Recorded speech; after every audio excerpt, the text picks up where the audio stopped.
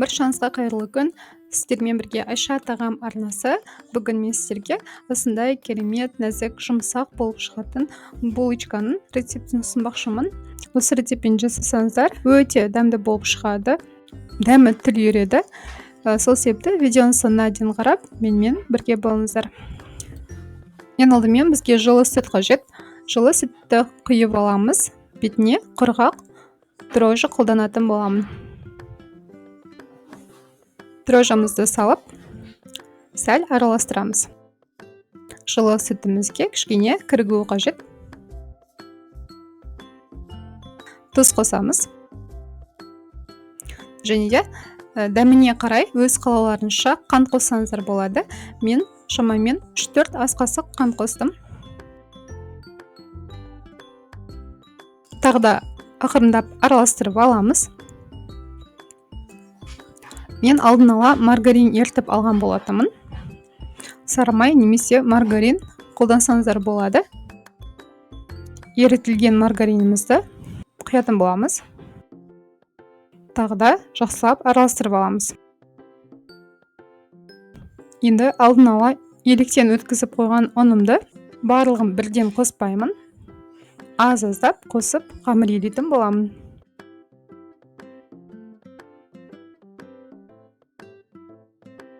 Енді ұнның барлығын салып, жақсылап жұмсақ қамыр елеймін. Барлық керекті ингредиенттердің мөлшерін видеоның астына қалдырып кетемін. Міндетті түрде сол мөлшер бойынша ғана қолданыңыздар. Қамырымызды елеп болды. Енді үстіне сұйық майды жағып, 1-2 сағатқа жылы жерге ашытуға қоямыз. 1-2 сағатымыз өтті. Булкамыздың қамыры өте жақсы көтерілді. Енді бұны бірнеше бөлікке бөлетін боламыз. Булкамыздың көлеміне байланысты.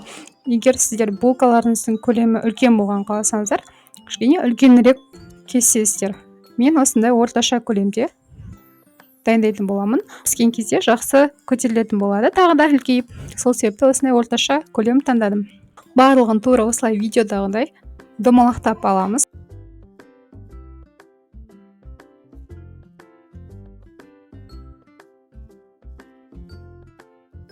Ортасын осылай оқтаумен дөңгелетіп алсаңыздар болады. Мен варенье қолданатын боламын. Өріктен жасалынған вареньенің осылай ортасына салып қоямын. Сіздер джем қолдансаңыздар болады. Малиновый варенье қолдансаңыздар болады. Кішігірім салып ортасына.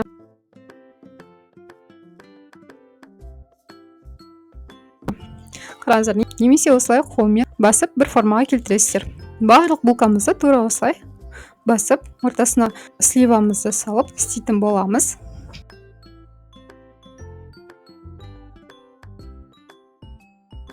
Енді жұмыртқамызды жағамыз бетіне міндетті түрде.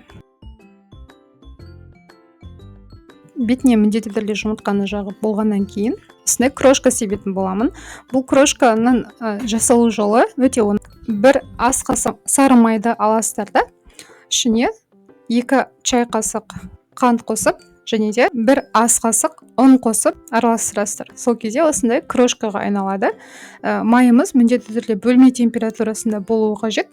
Тура соны қасықпен араластырып, осындай крошкаға айналдырып, бетіне себеміз. Булкамызды духовкаға жібереміз. Шамамен 180-190 градуста 30-35 минут пісіреміз.